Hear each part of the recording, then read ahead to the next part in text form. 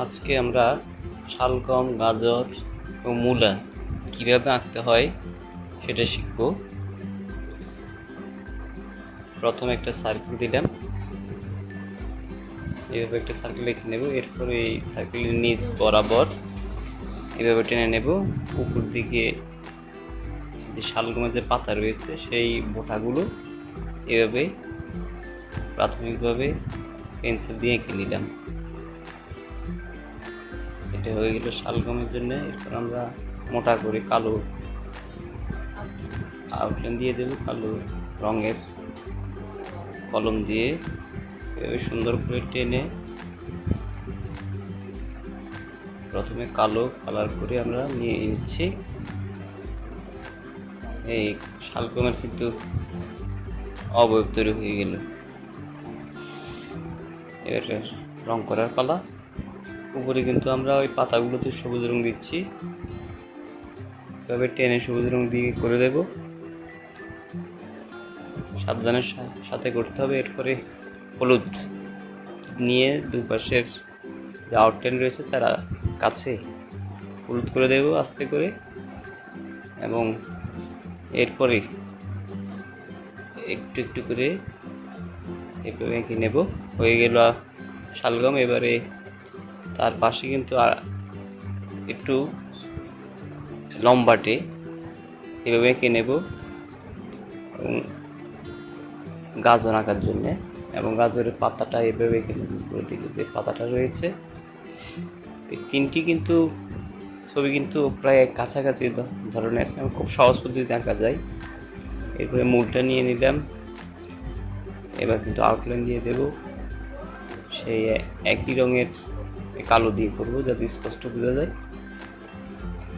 এবং গাজরের পাতা কিন্তু অনেক সরু হয়, কিন্তু আমরা গাজর পাতাটা করে দিচ্ছি না, বোটা যেগুলো রয়েছে বোটা সেগুলো দিচ্ছি। এভাবে টেনে দেব যাতে বুঝতে সহজ হয়।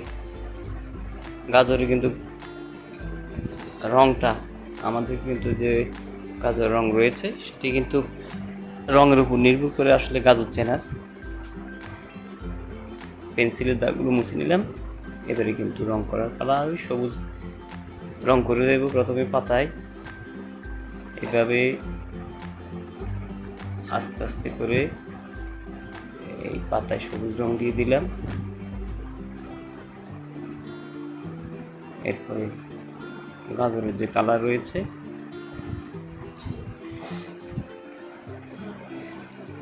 কালারটা করে নেব।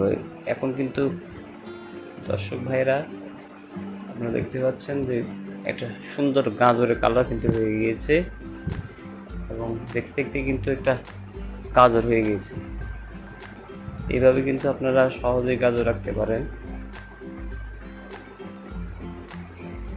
গাজর আঁকা প্রায় শেষ।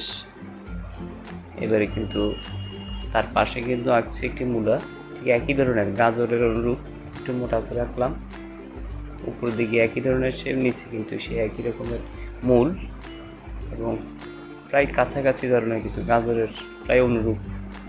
তো এখানে একটু পার্থক্য হচ্ছে, একটু বড় আকৃতিতে আঁকছি, আউটলাইনটি কালো করে দিচ্ছি।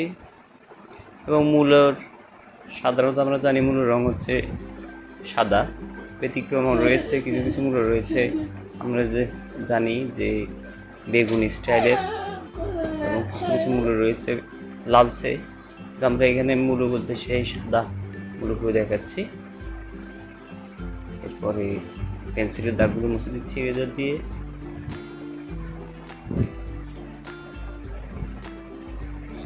শার্পনার ব্যবহার করছেন, শার্পনার ব্যবহার করে প্রথমে তীক্ষ্ণ করে নিতে হবে আসলে পেন্সিলটিকে। এভাবে সে একই কায়দায় আমরা ওটাগুলো রয়েছে সেগুলো কিন্তু সবুজ রং করে দিচ্ছি।